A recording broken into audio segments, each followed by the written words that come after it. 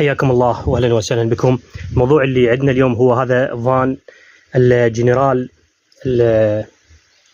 الصناعة اليابانية القديمة. إذا نلاحظ هنا هذا جنرال الصناعة اليابانية القديم اللي يجيب المكيف.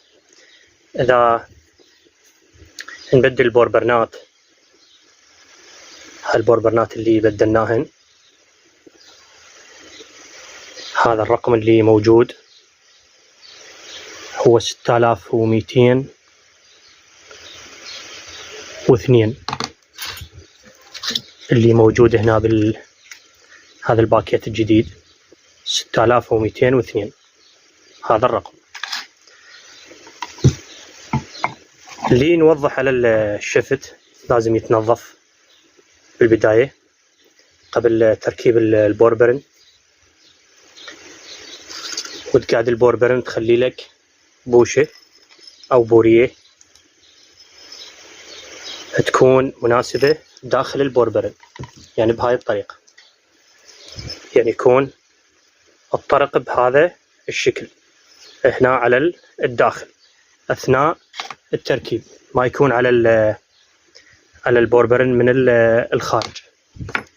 وهذا المكان أيضا يكون نظيف وتخلي له الجريز.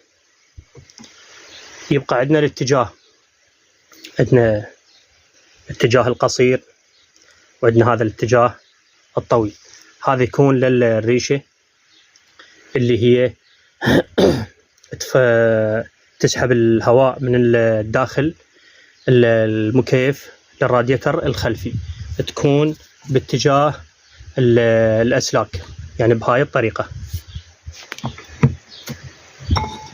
بهذا الاتجاه.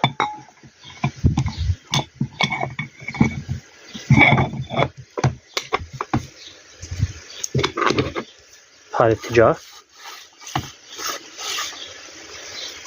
وأيضا تطبق عليها هذا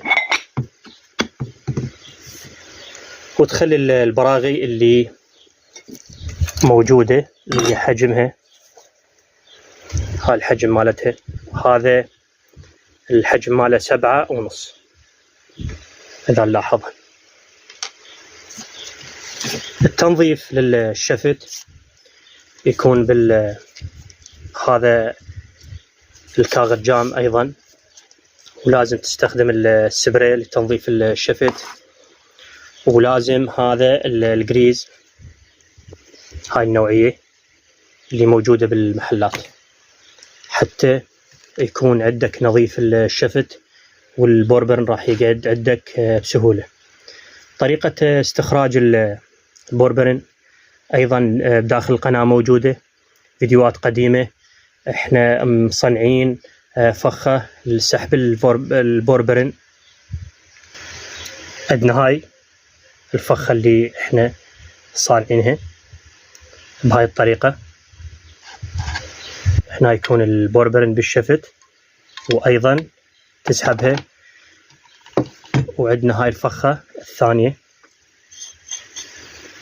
بهاي الطريقة. أيضا موجودة هاي الفخات، طريقة السحب أيضا سحب البوشة اللي موجودة بسربس المبردة الإيرانية، طريقة السحب بهاي الفخة اللي احنا صانعينها ومصممينها، أيضا موجودة بداخل القناة. وشكرا لكم.